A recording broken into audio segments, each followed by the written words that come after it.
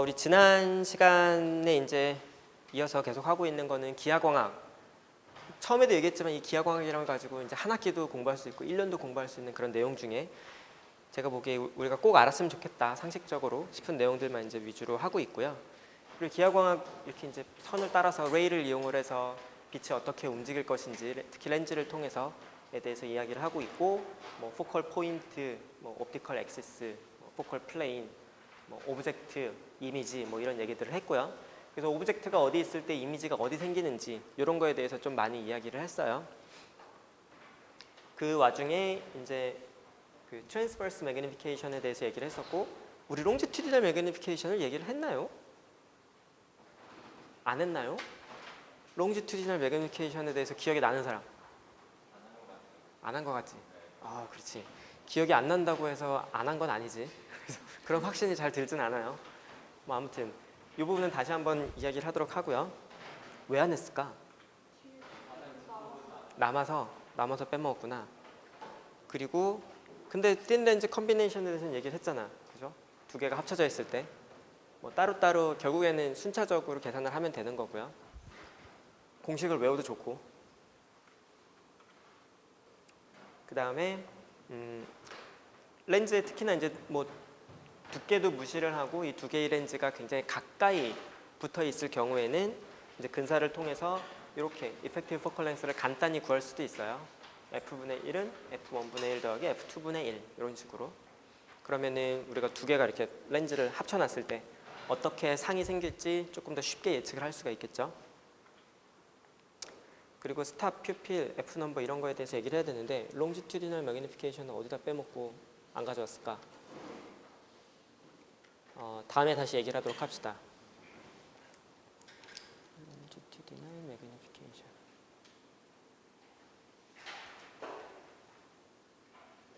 자료를 보면서 다시 얘기를 하도록 하고요. 오늘은 여기 나와 있는 주제는 Stops, Pupils, F number, Mirror, Prism. 그래서 이제 조리개의 역할에 대해서 좀 이야기를 할 거고요. 그것과 관련돼서 F 넘버라는 것이 무엇이고 얘가 어떤 영향을 미치는지에 대해서 보고, 지금 우리가 렌즈에 대해서 했던 것처럼 미러에서는 이제 빛이 어떻게 움직이는지도 비슷해요. 굉장히 비슷한데 그거를 다시 리뷰를 할 것이고, 프리즘이 뭔지 여러분들 잘 아시겠지만 그렇게 이야기를 할 겁니다. 지난번에 이제 빼먹었던 건데 이펙티브 포컬 렌스가 이렇게 나오잖아요. F분의 1이 결국 F1이랑 F2에 의해서 렌즈 두 개가 가까이 붙어 있으면, 예를 들면은 뭐 100cm짜리 렌즈하고 또 100cm짜리 렌즈하고 두 개를 가까이 놓으면 얘는 F가 50이 돼요. 그죠? 이펙티브 포컬 렌스가. 그러면은 우리가 그냥 애초부터 F50짜리 렌즈를 만들면 되잖아. 그죠? 왜 굳이 쓸데없이 두 개를 갖다 붙여야 되는 건가? 그죠? 그런 생각을 할 수도 있죠. 그래서 기본적으로는 여러 가지 이유가 있는데 크게 두 가지만 일단 이야기를 하면 나중에 더 자세하게 얘기를 할 거예요. 디스펄전이라고 하는 얘기를 잠깐 했었죠. 그래서 파장에 따라서 굴절률이 달라요. 그 얘기는 뭐냐면은 렌즈를 이렇게 만들면 파장에 따라서 초점거리가 달라요. 요 머티리얼 하나가 굴절률이 파장에 따라서 다르기 때문에, 그죠? 요 가시광선 영역에서 물론 뭐 어느 정도 비슷해 보이기도 하지만 파장에 따라서 다릅니다. 굴절률이. 그 얘기는 이게 꺾이는 각도도 달라지고, 전에 배웠던 렌즈 메이커 이퀘이션에서 이 R1, R2 있고 N 있으면 우리가 포컬 렌스를 구할 수 있는데 그 N이 다르다는 거예요. 파장에 따라서. 그러니까 이 F가 50이라고 얘기는 했지만 실제로 파장에 따라서 다른 거야. 그러면 어떤 문제가 생기냐면은 이런 문제가 생깁니다. 일반적으로 빨강색이 리프락티브 인덱스가 작고 파랑색이 리프락티브 인덱스가 크니까 파랑색이 더 많이 꺾여요. 그래서 파랑색의 초점이 더 짧고 빨강색의 초점이 더 긴 거야. 그래서 이거는 우리가 원하는 바가 아닐 수 있습니다.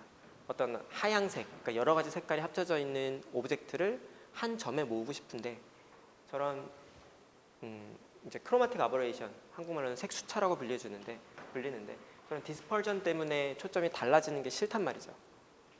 그래서 이 사람들이 어떻게 했냐면은 이 두 개의 렌즈를 합체했어요. 두 개의 렌즈를 합쳐서 기본적으로는 요 밑에 있는 애들, 그러니까 K로 끝나는 계열의 애들이랑 여기 이제 F로 끝나는 애들 두 가지 서로 다른 렌즈를 합쳤는데 왜 그랬냐면은 얘는 그래도 조금 평평하고 얘는 좀 많이 달라요. 파장에 따라서. 그 성질을 이용을 해서 파저티브 렌즈하고 네거티브 렌즈를 이용을 하면 빨강색이랑 파랑색이 한 점에서 초점이 될 수 있도록 이 렌즈의 공률을 조절할 수가 있어요. 그러니까 리프락티브 인덱스가 서로 다르지만 이 차이를 이용을 하면 이런 식으로 렌즈를 구성을 할 수가 있습니다. 그래서 렌즈를 하나 가지고는 할 수 없는 거를 렌즈 두 개를 이용을 하면 이런 식으로 해줄 수 있는 일들이 생기게 됩니다. 그리고 심지어 이제 하나 두 개가 아니라 이런 뭐 우리가 흔히 이제 현미경, 그죠? 생물 실험을 하면서 물체를 관찰하는 현미경은 이런 식으로 굉장히 여러 개의 렌즈로 구성이 돼요. 그러니까 앞에 얘기했던 그런 색깔을 보정하는 것뿐만이 아니라 다른 여러 가지 조금씩 문제가 생긴 것들. 우리가 사실은 몇 가지 어프록시메이션을 통해서 수식들을 간단하게 했지만 어프록시메이션을 했다는 건 어프록시메이션 할 때마다 거기에서 어긋나는 만큼 에러가 생기는 거잖아요. 그 에러들을 줄이는 그런 역할로서 렌즈들을 많이 사용을 하게 됩니다. 그렇기 때문에 우리가 렌즈 컨비네이션에 대해서 이야기를 했던 거고요. 자, 그 얘기를 잠깐 짚고 넘어가고요. 그리고 오늘은 어퍼처하고 필드 스탑에 대해서 이야기를 할 겁니다. 우선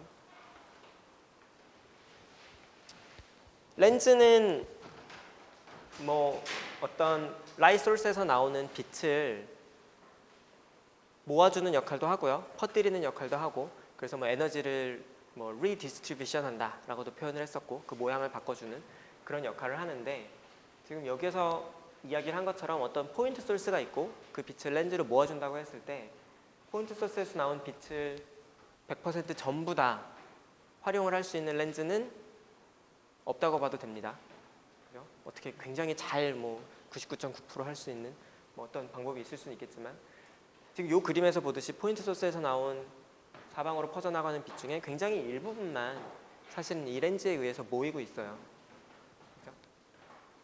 그리고 이 렌즈를 뭐 아무리 크게 하더라도 뭐 이런 구성에서는 절반 이상은, 사실 절반도 명확하게는 안 되겠지만 아무리 이 렌즈가 크더라도 50%까지 에너지를 모을 수가 없어요. 그래서 그 에너지의 양 아니면 그 각도, 그런 것이 지금 이 상황에서는 렌즈의 크기에 의해서 결정이 되겠죠. 그래서 렌즈의 이쪽 끝, 이쪽 끝, 그것이 일종의 어퍼처라고 할 수가 있어요. 그러니까 우리가 흔히 부르는 조리개 역할. 그러니까 지금 저 경우에는 특별히 다른 조리개가 없기 때문에 렌즈의 이제 피지컬한 사이즈가 조리개 역할을 하게 되는 거고요. 그럼 애들을 이제 어퍼처 스탑이라고 합니다. 조리개. 그러니까 말 그대로 이제 빛을, 그 안에 들어있는 건 빛을 받아들인다고 볼 수 있는 거고, 그것을 벗어나면 얘네들이 차단이 돼서 우리가 더 이상 이제 고려해줄 필요가 없는 거죠. 왜냐하면 걔는 차단돼서 없어지는 거니까. 우리가 빛이 이제 오브젝트에서 이미지 쪽으로 전달이 된다고 생각을 했을 때. 그래서 지금 이 경우에는 여기 어떤 파저티브 렌즈가 있어서 그림상으로는 좀 평행한 빛을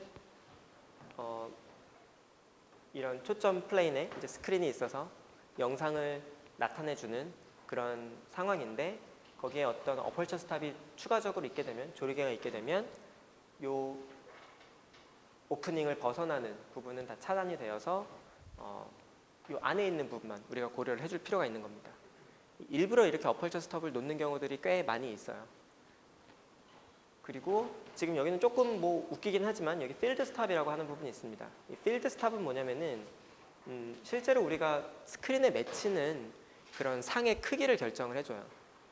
지금 여기서 보면 당연히 이 필드 스탑이라고 하는 게 어떤 조리개인데, 그 조리개를 이 스크린 바로 앞에다 놓고 요거의 크기를 뭐 줄여주면, 그럼 이쪽으로 오는 상은 우리가 관찰을 안 하게 되는 거죠, 스크린에서.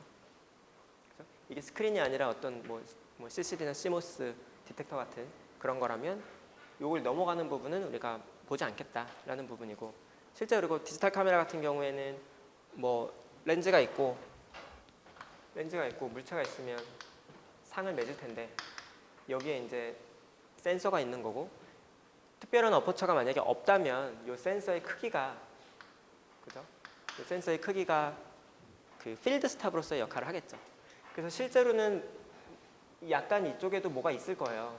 그러니까 상이 만약에 무지하게 크면 여기에도 물체가 이만큼 생길 텐데, 그 중에서 우리는 얘는 신경도 안 쓰는 거고 요만큼만 보게 되는 거죠.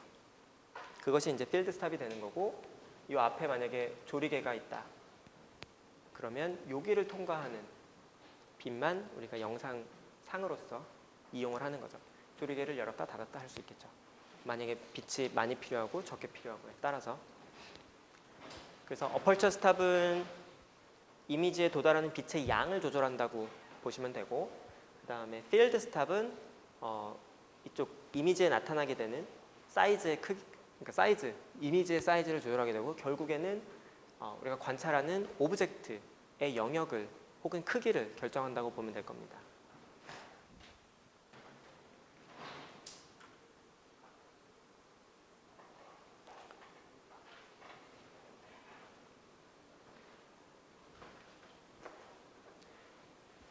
퓨필이라고 우리가 불러주는데요. 퓨필이라고 불러주는 것이 있는데, 퓨필은 뭐냐면은 어펄처 스탑의 이미지예요. 어펄처 스탑은 실제 조리개고, 그거의 이미지를 퓨필이라고 불러주거든요. 뒤에 그림 또 나오는구나. 그래서 그걸 퓨필이라고 불러주는데, 그러면은 왜 하필이면 우리가 그 피지컬한 그 어펄처 자체만 보는 게 아니라 퓨필이라는 걸 봐야 되느냐 하면은, 그 어펄처라는 것이, 그러니까 실제 이제 조리개가 어떤 렌즈들 사이에 존재하게 되면 얘를 우리가 바라보는 건 렌즈들을 통해서 바라보는 거잖아요. 그래서 실제 얘가 이렇게 있었는데 렌즈를 놓게 되면 이쪽에서 보이는 모양이 달라지는 거죠. 그래서 그 상을 우리가 봐야지 실제 빛이 어디까지 통과할 수 있겠다, 어디는 차단이 되겠다라는 걸 알 수가 있는 거거든요. 그래서 엔터런스 퓨필이라고 하는 거는, 퓨필이라서 이제 어퍼처의 이미지인데, 어퍼처의 조리개의 상인데, 조리개가 보이는 모양인데, 그거를 어디에서 본 거냐면은 오브젝트 쪽에서 본 거예요. 오브젝트 쪽에서 이 어퍼처를 보면 그걸 엔터런스 퓨필이라고 부르고, 그다음에 반대로 이쪽 이미지 쪽에서 이 어펄처 스탑을 살펴보면 그거를 엑짓 퓨필이라고 부릅니다. 그래서 오브젝트에서 들어와서 나가서 이미지를 만드니까 오브젝트 쪽에서 보면 엔트런스 퓨필, 그다음에 이미지 쪽에서 보면 엑짓 퓨필이라고 하고요. 이 그림을 보면 실제로 여기 렌즈가 하나 있고, 여기 조리개가 있고, 어펄처가 있고, 그다음에 오브젝트가 저기 있을 때 렌즈에 의해서 이미지가 여기 생깁니다. 실제는 여기 있고. 일단 제일 쉬운 것부터 살펴보면 요 상황에서 엑짓 퓨필은 뭐냐, 이쪽 엑짓 퓨필이니까 이미지에서 바라보면 돼요, 요 어퍼처를. 그러면은 이 어퍼처 스탑이 바로 엑짓 퓨필이 됩니다. 왜냐면은 이 사이에는 렌즈가 아무것도 없기 때문에 우리가 이쪽 사이드에서 얘를 보면 그대로 얘가 엑짓 퓨필이 되는 거예요. 근데 반대로 엔트런스 퓨필은 어떻게 되냐면, 우리가 오브젝트 사이드에서 얘를 바라봐야 돼요. 그러면 얘가 원래 얘대로 보이는 게 아니라 이 렌즈를 통해서 이렇게 보인다는 거예요. 그래서 여기 만약에 어떤 물체가 있다, 지금 동그란 물체가 있다, 그러면 실제 이만하게 보이는 게 아니라 저쪽에서 보면 이만하게 보이고 더 커져서 보이는 거죠. 그리고 위치도 여기 있는 것처럼 보이고, 약간 뒤에 있는 것처럼 보이고, 돋보기를 이용해서 본 거랑 마찬가지죠. 그래서 이 위치하고 크기는 어떻게 결정을 하느냐, 우리가 배웠던 대로 렌즈가 있고, 지금 물체가 말하자면은 여기 가까이 있는 거예요. 지금 뒤집어져 있는 상태입니다. 근데 우리가 바라보는 물체가 뭐냐면 이런 어떤 오프닝이 있는 조리개예요. 그죠? 그러니까 우리가 원래 그림을 그릴 때, 저는 화살표나 이렇게 X 친 걸로 많이 그렸었는데, 얘를 레이 다이어그램을 이용해서 그림을 그렸더니 여기 이제 이미지가 생기는 거잖아요. 그죠? 만약에 이쪽에서 얘를 바라보면 얘가 오브젝트고 얘가 이미지예요. 그러니까 만약에 여기 어떤 조리개가 있다. 그러니까 막아주는 물체가 있다. 그럼 이쪽에서 보면 어떻게 보이냐면 이렇게 막혀 있는 것처럼 보이는 거예요. 무슨 말인지 알겠죠? 그래서 지금 이 상황에서 지금 요거 이렇게 뒤집어 있는 상태인데 이 상황인데 우리가 이쪽 편에서 얘를 바라보면 이렇게 보인다는 겁니다. 그래서 엔트런스 퓨필.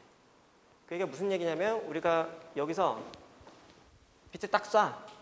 보이는 거는 지금 이렇게 보이고 있으니까 이렇게 보이고 있는 동그란 오프닝의 가운데 쪽으로 빛을 쏘면 그러면 그 빛은 통과를 해서 이미지를 형성할 것이고 봤을 때 저 엔트런스 퓨필 바깥쪽으로 빛을 쏘면 걔는 이렇게 차단이 되어서 관찰이 안 된다는 겁니다. 그래서 이 바깥쪽으로 쏘면 실제로 보이는 건 얘인데 이 바깥쪽으로 쏘면 실제로는 이렇게 꺾여서 여기 막히는 거죠. 그죠? 그리고 이 안쪽으로 쏘면 꺾여서 이미지까지 가는 거고요. 그렇게 이제 엔트런스 퓨필을 이해를 하면 될 거고요. 이 상황도 생각을 할 수가 있는데 똑같이 엔트런스 퓨필은 이 어퍼처를 이쪽에서 바라보면 됩니다. 렌즈가 아무것도 없기 때문에 피지컬한 어퍼처 자체, 조리개 자체가 엔트런스 퓨필이에요. 그래서 이쪽에서 보기에 우리가 이 사이에다가 빛을 쏘면 그대로 진행하는 거예요. 당연히 여기다 쏘면은 막히겠죠. 이렇게 각도가 너무 크면 막히겠죠. 그리고 엑지 퓨필은 뭐냐면은 이쪽에서 바라본 어퍼처 스톱의 모양입니다. 그럼 똑같이 다이어그램에서 그리면은 실제 이쪽에서 바라보면 이 회색처럼 조리개가 보일 거예요. 그 얘기는 뭐냐면 이쪽에서 바라보면 빛들이 이 동그라미 안에서 이 퓨필 안에서 빛들이 들어오는 것 같고 그 영역 바깥에서는 안 들어오는 걸로 보이게 되는 거죠. 이쪽, 이미지 쪽에서 바라보면. 그래서 지금 이 상황에서는 얘가 피지컬 어퍼처면서 엔트런스 퓨필이고 엑지 퓨필은 이거다.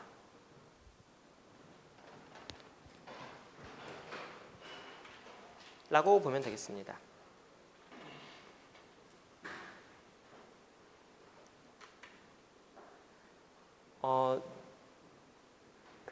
우리가 레이를 이용을 해서 많이 표현을 하는데 chief ray라고 하는 거랑 marginal ray라고 하는 거가 굉장히 중요해요.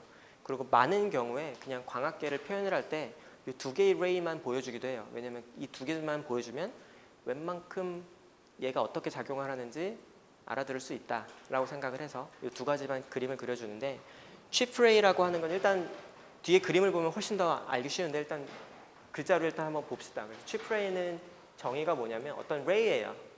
any ray, 어떤 ray인데 off axis 오브젝트. 그러니까 이렇게 우리가 이런 광학계가 있다고 했을 때 오브젝트가 있을 때 on axis 오브젝트는 여기서 출발하는 오브젝트고 off axis 오브젝트는 뭐 여기 이외에 이 점 이외에 아무데나 출발하는 오브젝트예요. 그 오브젝트 포인트에서부터 나가고 그리고 어퍼처 스톱의 센터 어퍼처 스톱이 어디 있다면 그거의 센터를 지나는 것이 chief ray입니다. 이것도 chief ray고 뭐 이것도 chief ray고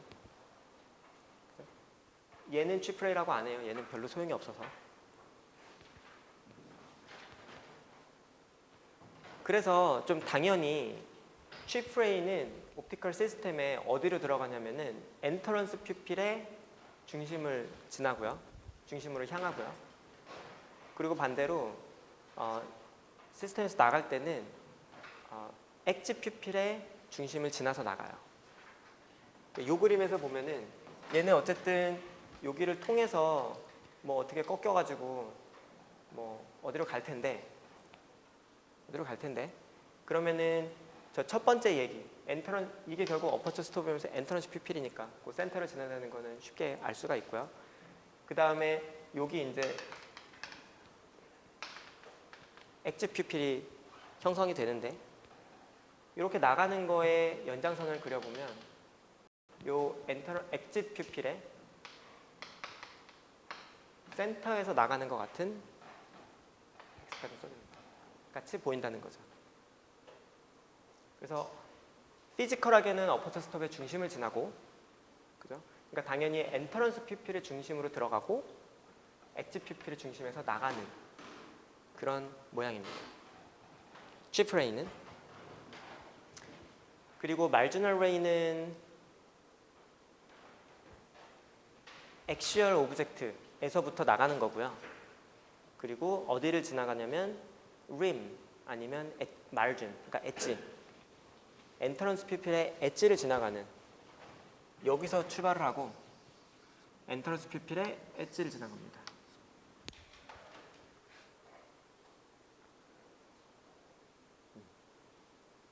그래서 이제 어디론가 이렇게 휘어서 가는데 여기서 출발해야 돼요. 옵틱 엑시스에서 마지널 레이는 얘가 chip array고 얘가 marginal array고.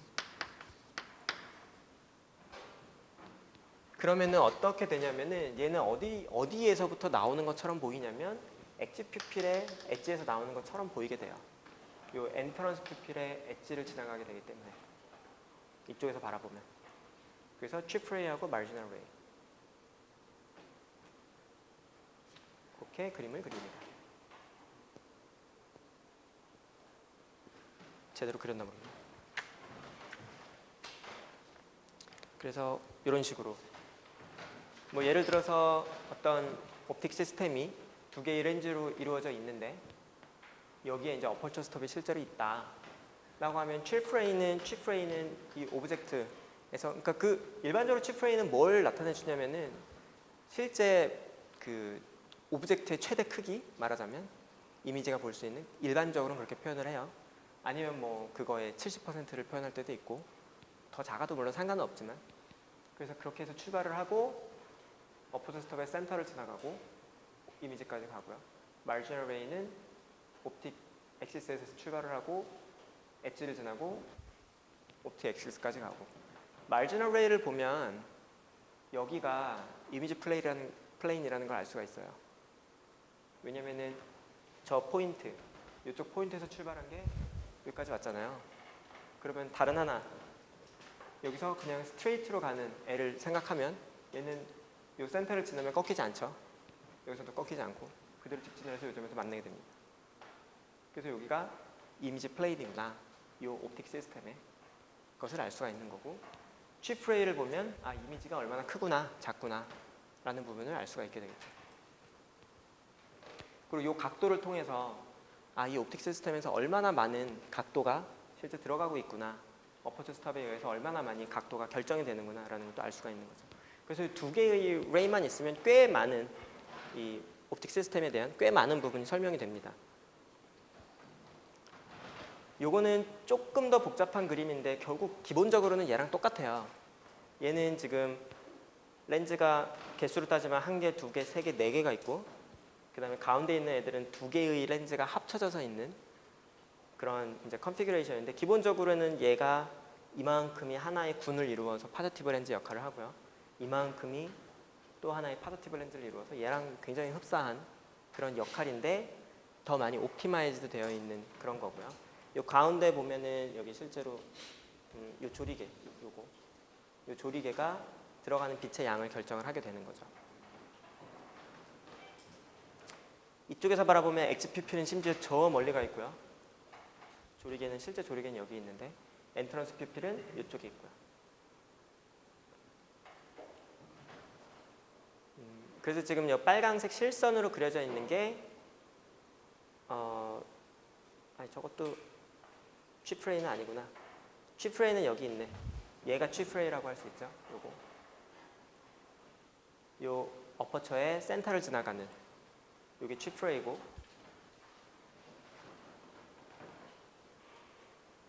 chip array고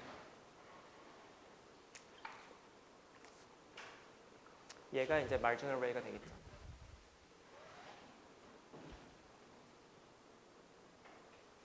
아닌데 뭔가 좀 여기서는 marginal array가, 얘가 marginal array인데 여기 빨강색 요거, 그 외에도 이제 추가적으로 많은 게 들어 있고요. 요 중간에 있는 얘 파란색이 chip array, 그리고 요 빨강색이 marginal array가 됩니다. 지금 이 상황은 어떤 상황이냐면은 평행한 빛이 들어오고 있는 거잖아요.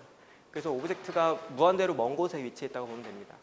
그곳에 옵틱 엑시스에서 출발한 거는 지금 이 파란색에 있는 것처럼 각도를 가지고 있는 것이 아니라 평행하게 들어오게 되겠죠. 그래서 이게 우리가 흔히 얘기하는 마지널 레이가 되고요. 걔는 어퍼처의 엣지를 지나가게 됩니다. 옵틱 엑시스에서 출발했기 때문에 평행하고 마지널 레이를 지나가고, 그리고 아까 이야기했던 칩 프레이는 어떤 오브젝트의 끄트머리, 근데 이게 무한대로 멀리 있으면 평행하되 어떤 각도를 가지고 들어오는 빛이 되겠죠. 그리고 어퍼처 스톱의 센터를 지나가고, 그 외의 레이들은 그냥 추가적으로 더 그냥 보여준 거예요. 이 시스템을 설명하기 위해서. 가장 중요한 거는 칩 프레이와 마지널 레이가 되겠습니다. 그래서 마지널 레이를 보면은 여기 들어오니까 여기가 이미지 플레인이다라는 것을 알 수 있고, 칩 프레이를 보면 여기 이미지 포인트가 생긴다라는 것을 알 수가 있고요.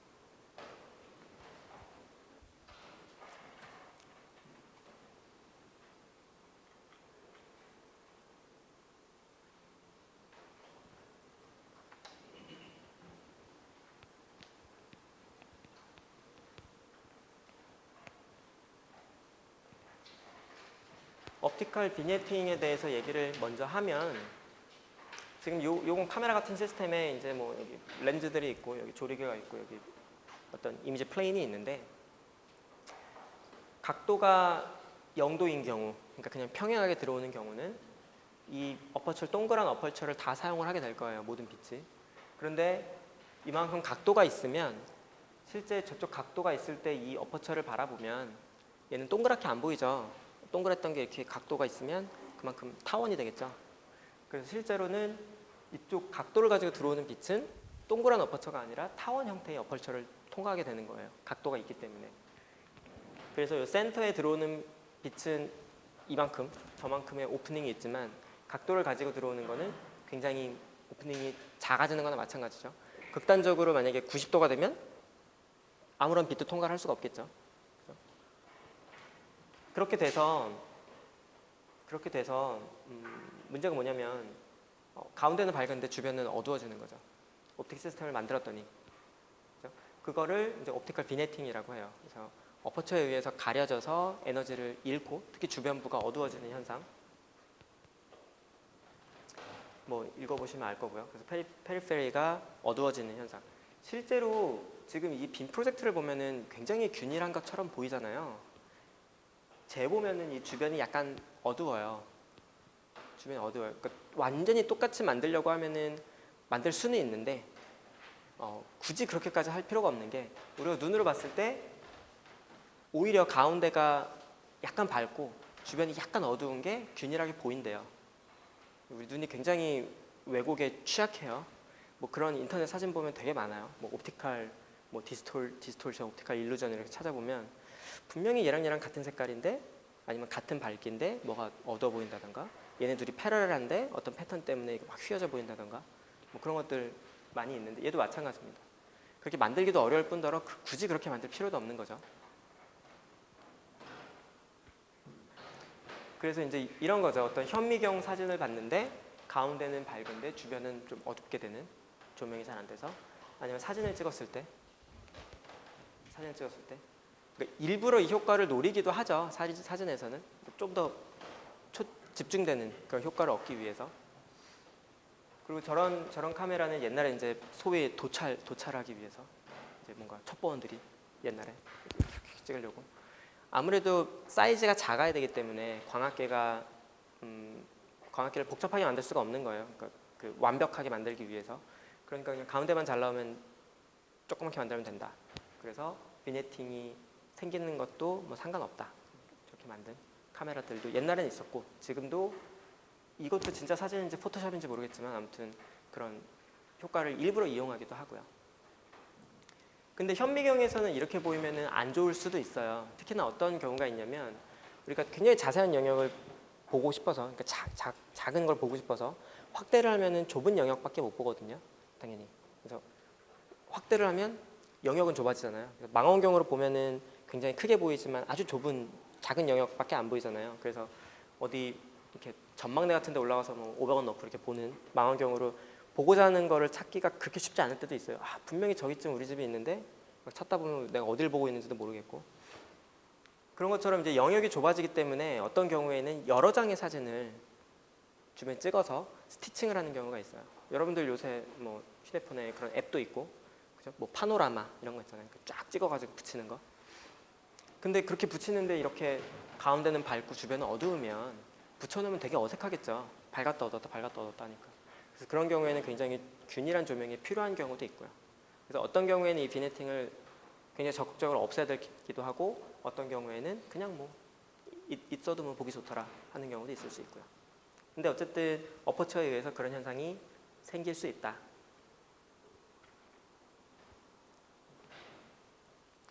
그 다음 굉장히 중요한 파라미터 중에 하나가 F 넘버라고 하는 겁니다. 기본적으로 이 F 넘버라고 하는 거는 조리개랑 관련된 말이고요. 그래서 빛을 얼만큼 많이 우리가 받아들여야 되느냐, 빛을 얼만큼 차단해도 되느냐, 이런 얘기고요. 그래서 플럭스 덴서티 아니면 라이트 인텐서티, 빛의 에너지는, 이미지에서 빛의 에너지는 F분의 D 스퀘어에 의해서 이제 결정이 되는데, 이 F는 렌즈의 포컬 랭스고 D는 렌즈의 다이아미터고 결정이 되는데, 걔는 여기서 F분의 D를 렐러티브 어퍼처라고 불러주기도 하고요. 그러니까 상대적인 조리개의 크기, 그러니까 실제 크기가 같더라도 뭐 초점거리에 따라서 이 효과가 달라지기 때문에 그렇게 되고, D분의 F라고 하는 거를 F 넘버라고 정의를 하고요. 종종 그냥 이렇게 쓰기도 합니다.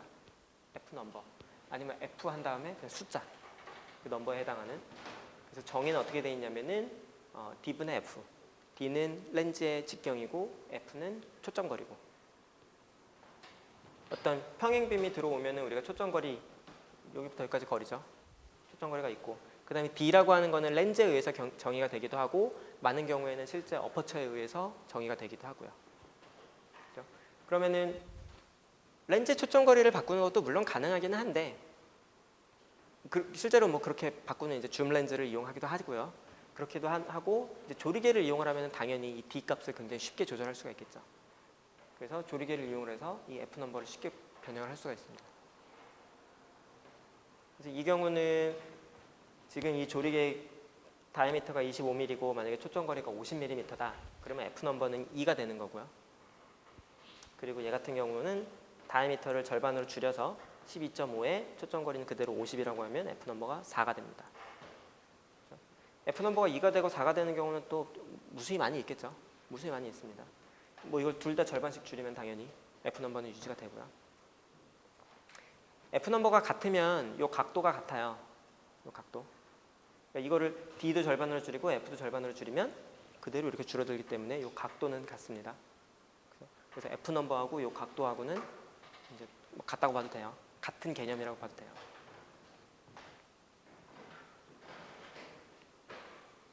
그래서 이제 카메라를 혹시 이제 DSLR을 쓰는 친구들은 뭐 잘 알겠지만, 이게 일반적으로 쓰는 렌즈 중에 하나예요.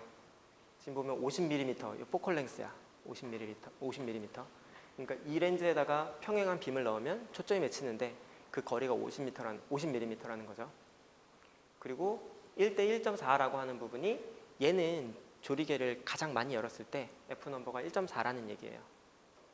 그래서 아무리 조리개를 열어도 이거보다 더 F 넘버가 작아질 수는 없어요.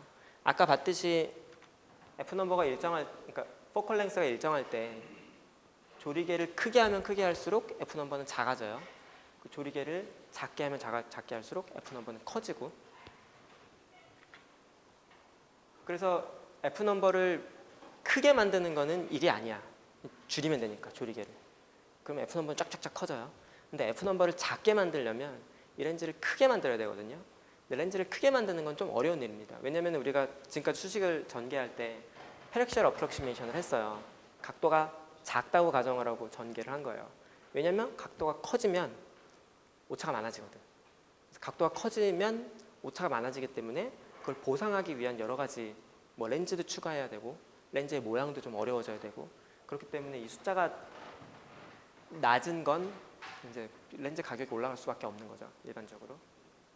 그리고 여기 이제 F 넘버를 쫙 표시를 해줍니다. 그래서 F 넘버가 최대 1.49, 2, 2.8, 4, 5.6, 8, 11, 16 이렇게 돼 있는데, 이 숫자가 좀 희한하죠, 그죠?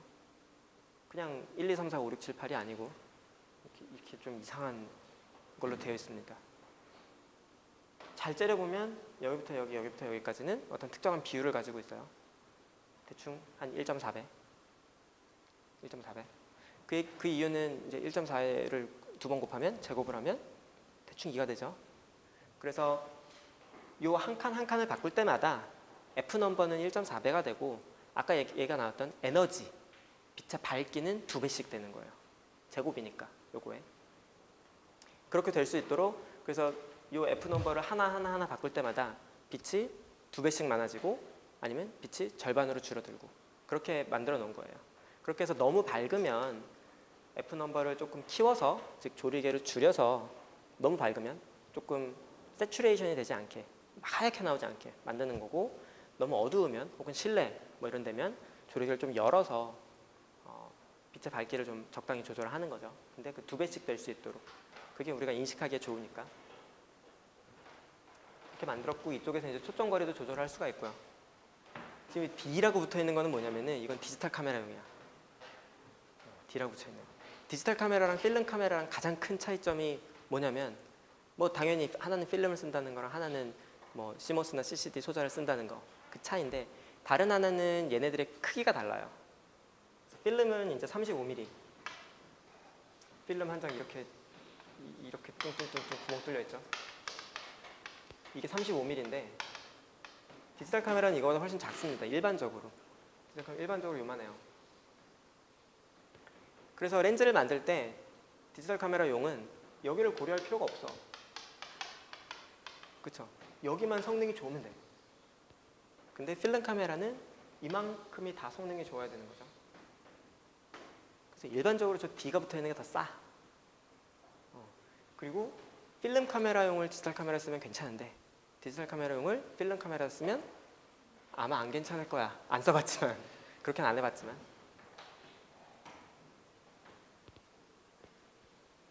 최근에 비싼 카메라들은 저 소자 CCD 소자를 필름 크기랑 똑같이 만들려고 많이 하고 있어요. 크게 만들면은 여러 가지 이점이 있긴 있거든요. 더 감도도 좋아지고.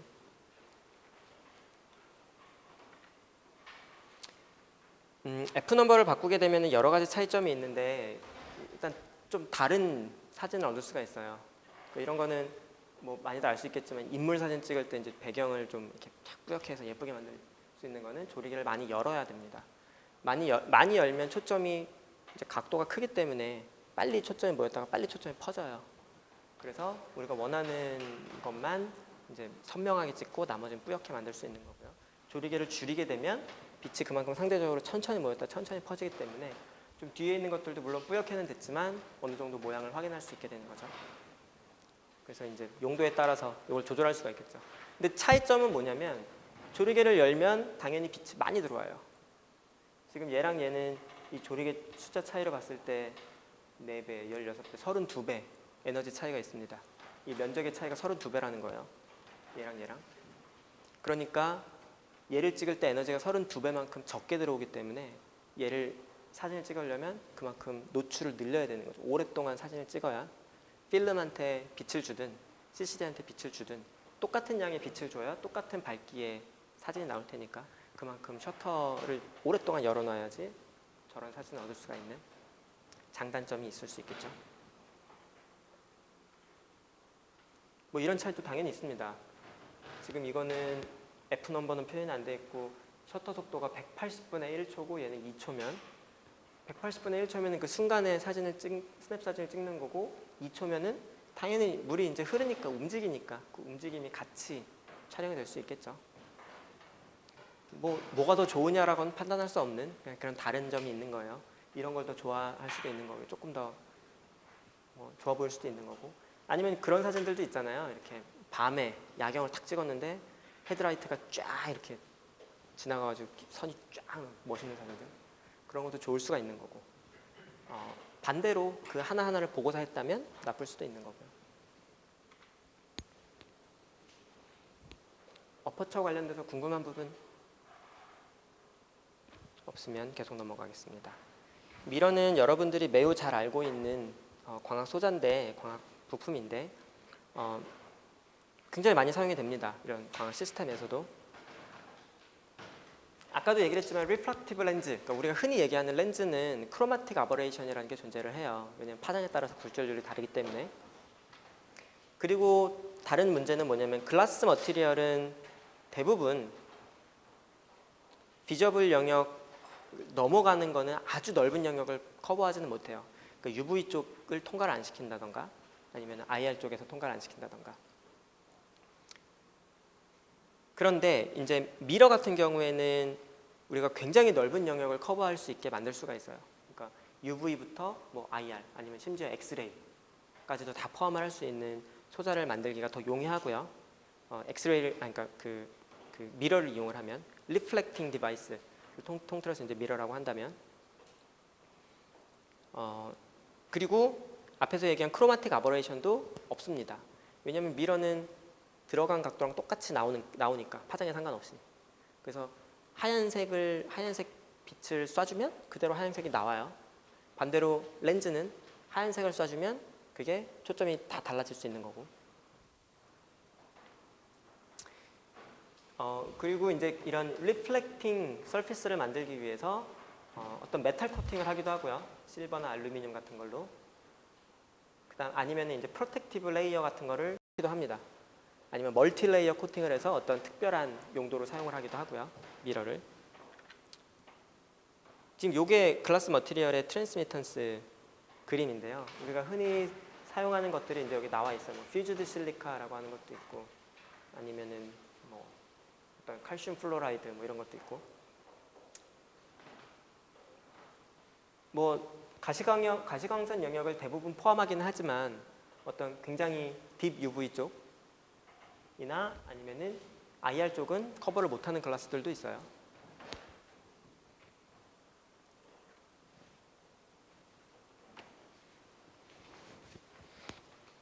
또 한 가지 거울이 굉장히 유용한 이유 중에 하나인데요.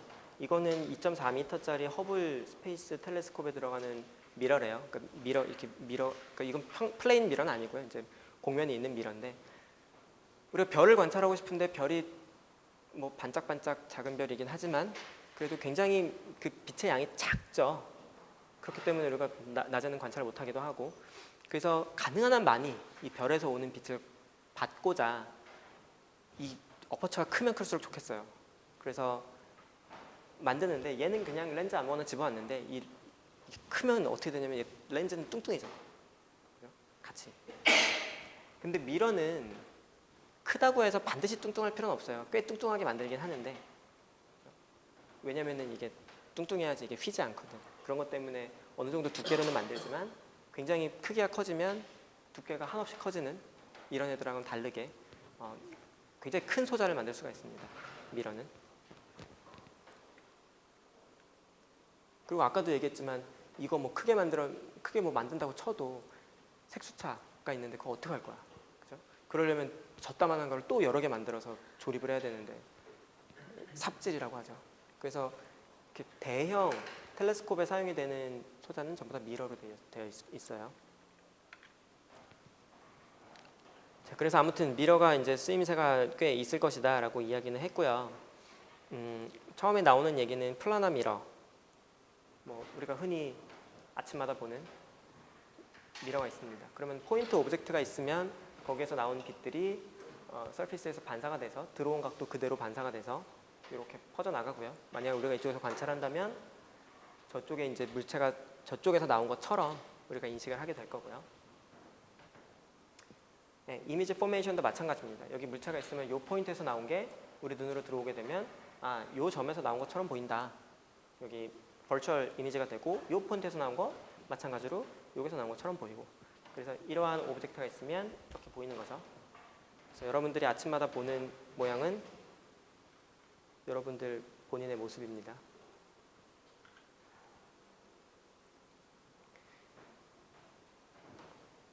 우리나라에도 진짜 그런가? 앰뷸런스 이렇게 거꾸로 써 있어요.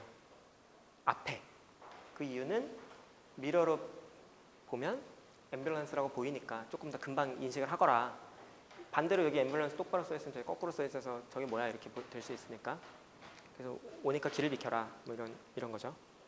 이거 지난번에 나랑 같이 수업 들은 사람들 얘기했던 건데 왜 거울은 좌우를 바꾸고 위아래는 안 바꿀까? 수업 안 들은 사람 중에 아는 사람, 작년에 나랑 같이 수업 안 해. 들은 사람 중에 기억나는 사람.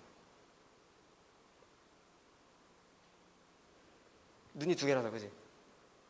끄덕끄덕한다 또. 저도 이거를 되게 한참 동안 설명을 못했어요. 분명히 저 사람은 오른손 들고 있는데 저 거울에는 왼손. 위아래 이거 위아래 바뀌었네? 그죠? 이건 거울은 아니지만 이렇게 깔려있네. 위아래가 바뀐 것 같죠? 그죠? 실제로 바뀐 것처럼 보이기도 하죠, 미러가. 잠깐, 그 정답을 얘기하는 슬라이드는 없잖아. 그럼 왜 빠졌지? 기본적으로 미러는 좌우를 바꾸지도 않고 위아래를 바꾸지도 않아요. 뭘 바꾸냐면은 미러를 중심으로 앞뒤를 바꿔요. 앞뒤. 그러니까 미러를 중심으로 여기가 앞이고 뒤였다면 앞 뒤였던 게 뒤 앞이 된 거죠. 그렇죠?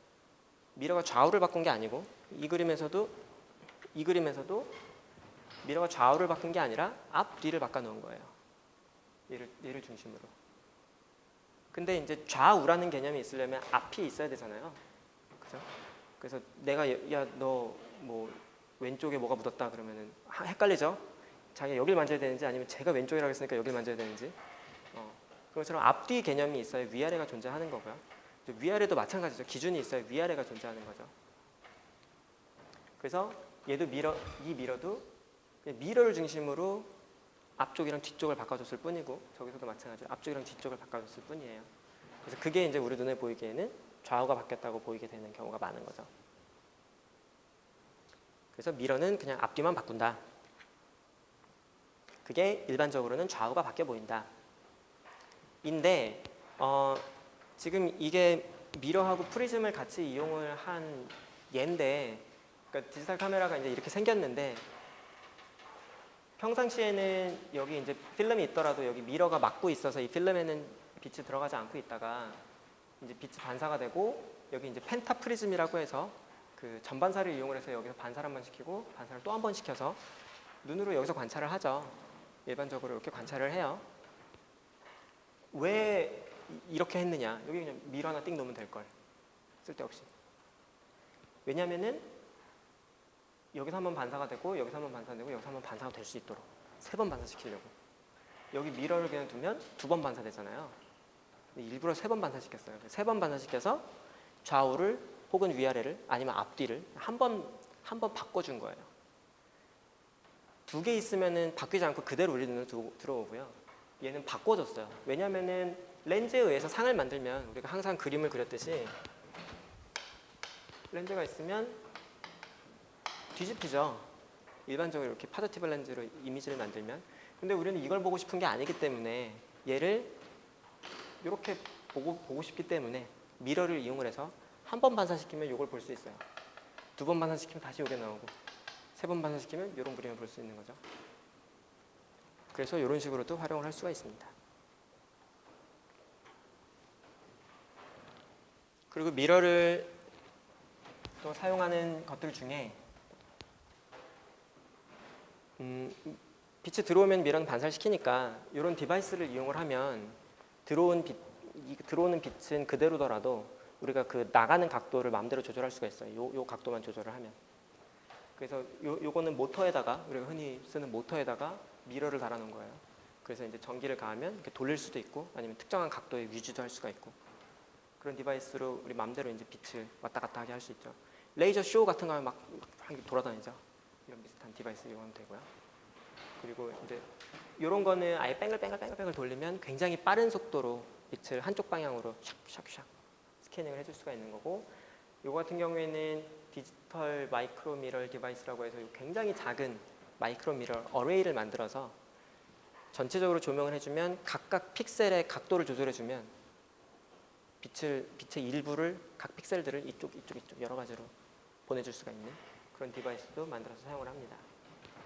그래서 리다이렉트, 빔을 뭐 특정한 각도로 바꿔줄 수 있다. 근데 한 가지 재밌는 점은 기계적으로 만약에 얘를 10도 돌리면 실제로 반사돼서 나가는 각도는 10도가 아니고 20도예요. 왜냐면은 이렇게 똑같이 나가고 있었는데 얘가 10도만큼 기울면 그러면은 세타 더하기 10도로 이 미러에 들어오는 거고요. 그럼 나가는 것도 거기에다가 더해서 세타 더하기 10도가 되기 때문에 실제 10도가 회전하면 광학적으로는 빔은 20도 꺾인다. 원래 있는 위치에서. 그리고 이제 실생활에서 이렇게 활용이 되죠. 나는 뭐 실제로 한 번도 본 적이 없어. 근데 이렇게 인터넷에 보니까 저런 게 있더라고요.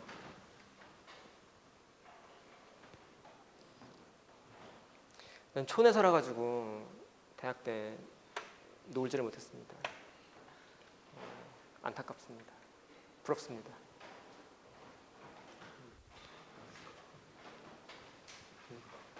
가자고? 둘이 막 끄덕끄덕하고 있는데 오늘 가자 뭐 이런 거 아니야? 자, 그리고 이제 지금 플레인 미러에 대해서 얘기를 많이 했고요. 에이스페릭 미러. 그러니까 우리가 빛을 가지고 하고 싶어 하는 것 중에 하나, 렌즈로도 이제 빛을 모았고 미러로도 빛을 모을 수 있어요. 평행하게 들어오는 빛을 전부 다 하나의 초점으로 모아주면 뭔가 쓰임새가 있겠다. 그래서 이제 에이스페리컬 미러를 만들고요. 이 형태. 그렇게 되려면은 저 형태가 파라볼릭 미러가 돼야 돼요. 그러니까 그냥 구형이 아니라 이건 그냥 기하학적으로 이 각도가 딱 맞아서 여기 갈 수 있게끔 각도를 따져보면 파라볼릭 미러가 돼야 되고요. 네, 그렇습니다. 그래서 이제 파라볼릭 서피스를 만들면 빔이 들어왔을 때 한 점으로 모이게 돼요.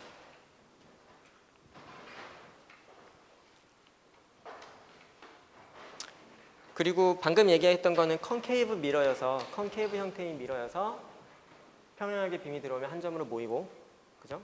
그리고 반대로 컨벡스 미러를 만들면 평행 빔이 들어왔을 때 마치 이 점에서 퍼져나가는 것처럼 느껴지는 점들이 있습니다.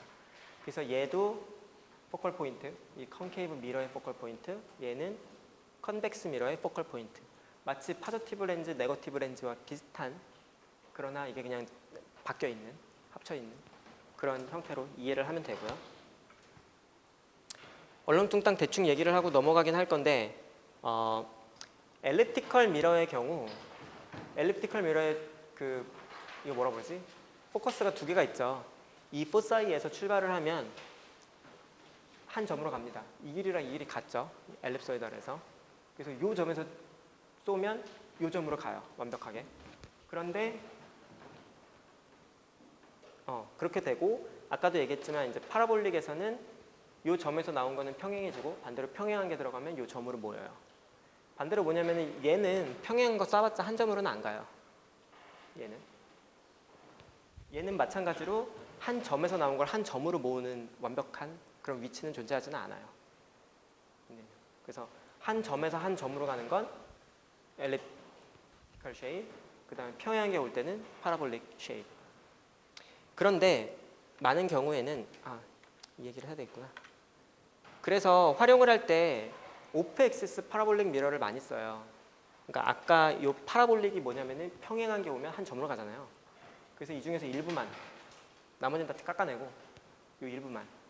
그러면 평행하게 온 빛이 한 점으로 모여요. 그런데 빔이 이만큼 만약에 존재한다고 하고 나머지 다 지웠다고 치면, 그러면 그 초점의 위치가 이 빔하고는 상관이 없는 곳에 모여서 이 빔을 우리가 활용하기가 좋아지는 거죠. 지금 이렇게 돼 있으면 여기 모이긴 모이는데 뭐 어떻게 하기가 힘들어. 여기는 구조적으로 접근이 너무 힘드니까. 그래서 오프 엑시스 파라볼릭 미러를 사용합니다. 그래서 빔이 쭉 들어오면 전체 파라볼릭 이따만한 거에서 요만큼만 잘라놓은 거죠. 그럼 여기 들어온 빔이 이렇게 한 점으로 모여서 그 다음에 얘를 가지고 뭔가 우리가 작업을 할 수가 있는 거죠. 뭐 이미지를 놓을 수도 있는 거고 또 다른 렌즈를 뒤에다 놓을 수도 있는 거고. 뭐 여기에서 뭐 이펙티브 포컬 랭스, 뭐 리플렉티드 이펙티브 포컬 랭스 뭐 이런 거. 여기에서는 센트럴 레이가 여기가 되겠고요. 이 빔의 중심.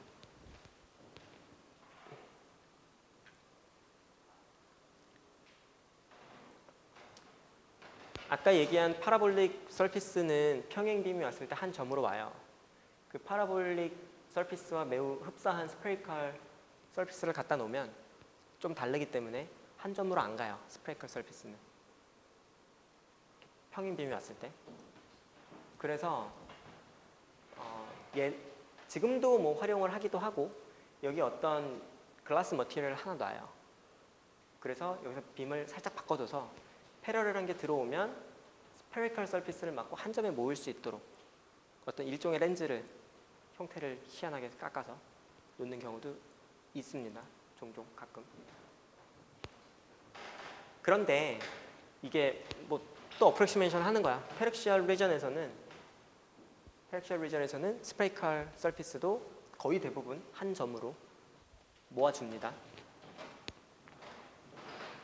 그래서 essentially indistinguishable 하다.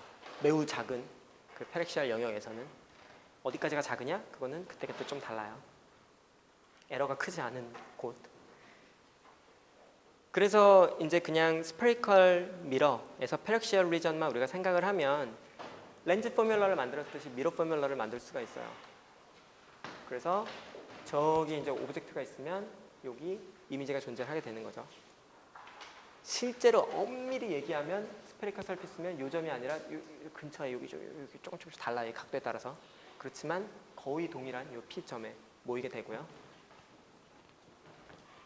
그 포뮬러는 이렇게 됩니다. S5분의 1 더하기 SI분의 1은 마이너스 R분의 2. 렌즈 포뮬러랑 똑같죠? 똑같아요. 그리고 F도 결국에는 곡률에 의해서 결정이 되고 N만 없어졌어요. N. 리프락티브 인덱스만 없어졌어요. 그렇게 되고 그 포컬 렌스를 만약에 알고 있으면 이렇게 간단하게 F분의 1은 S5분의 1 더하기 SI분의 1.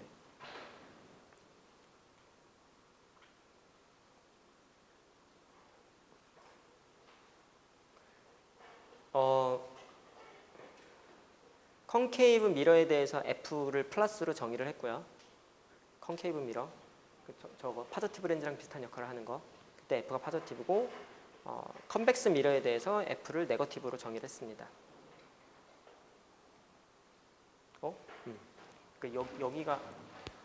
여기가 컨벡스죠. 이쪽 길 미러라고 하면. 좀 그림이 좀 그리다 말았다. 컨벡스 미러라고 썼어야 될 것 같은데 왠지 여기 표시해놓고 이렇게.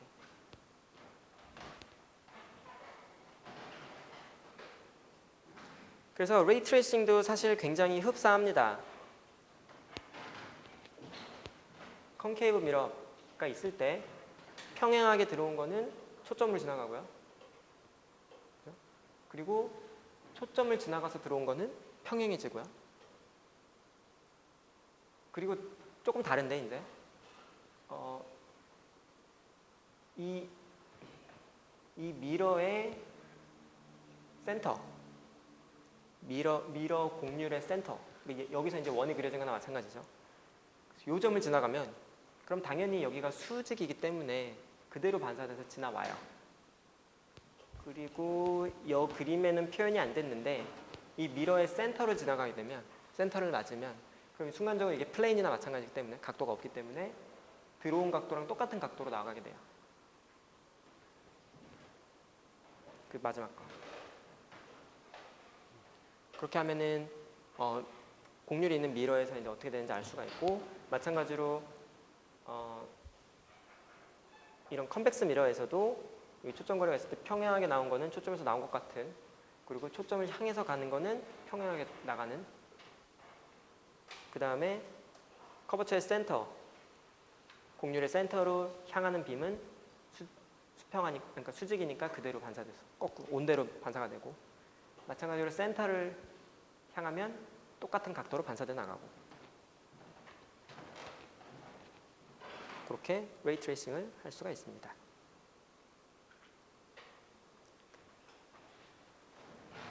컨벡스 미러 같은 경우에는 지금 여기서 두 개를 그렸는데 평행하게 간 거는 초점에서 나간 것 같이, 그리고 센터를 지나간 거는 그대로 똑같은 각도로 반사가 되고, 두 개의 연장선상에 오브젝트가 이렇게 생긴다. 그래서 얘는 버추얼 이미지가 생기는 거죠. 컨벡스 미러가 있을 때. 여러분들 이제 밥 먹다가 숟가락 거꾸로 보면 이런 여러분의 얼굴을 볼 수가 있죠. 그리고 이제 컨케이브 미러일 경우에는 마찬가지로 그려보면 여기 리얼 이미지가 생길 수도 있고, 아니면 이게 굉장히 가까울 경우에는 여기 버추얼 이미지가 생길 수도 있고요. 따라가 보면 렌즈와 많이 흡사합니다.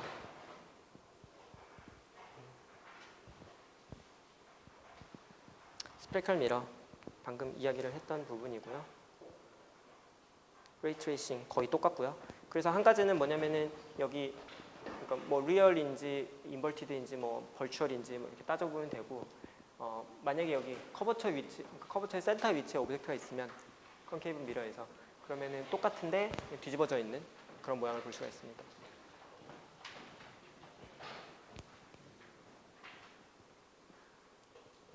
얼렁뚱땅 넘어가지만 레이 트레이싱을 할 줄 알아야 됩니다. 미러에서도 렌즈랑 똑같이.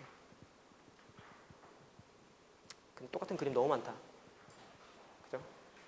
막 넣다 보니까 막 넣네. 여기도 레이 1, 2, 3, 4. 알겠죠? 평행하면 초점을 향하면 평행해지고, 그 다음에 센터로 들어가면 그대로 반사도 나오고, 그리고 미러의 센터 부분에 위치하면 똑같은 각도로 반사되고. 그래서 그 위치에 따라서, 컨벡스, 컨케이브에 따라서 얘가 벌추얼이 생기는지 리얼이 생기는지 커지는지 작아지는지, 오브젝트 위치는, 그러니까 오브젝트 위치에 따라서 정리가 되어 있는 겁니다. 마지막으로 프리즘 얘기하면은 아까 프리즘 얘 나왔었죠. 얘 어디다 써먹는지. 두 번 반사시키는 용도로 써요. 그리고 아니면은 우리가 흔히 프리즘 이제 분산시키는 역할을 하는 거죠. 왜냐하면 리프랙티브 인덱스가 다르니까. 여기다 빛을 집어넣으면 색깔에 따라서 빛이 퍼지니까 저거를 이용할 수가 있겠죠. 끝입니다. 궁금한 부분 없으면 아까 수업 전에 이야기했듯이 다음 주 화요일은 휴강하고 다음 주 목요일 날 만나도록 합시다. 네, 수고했습니다.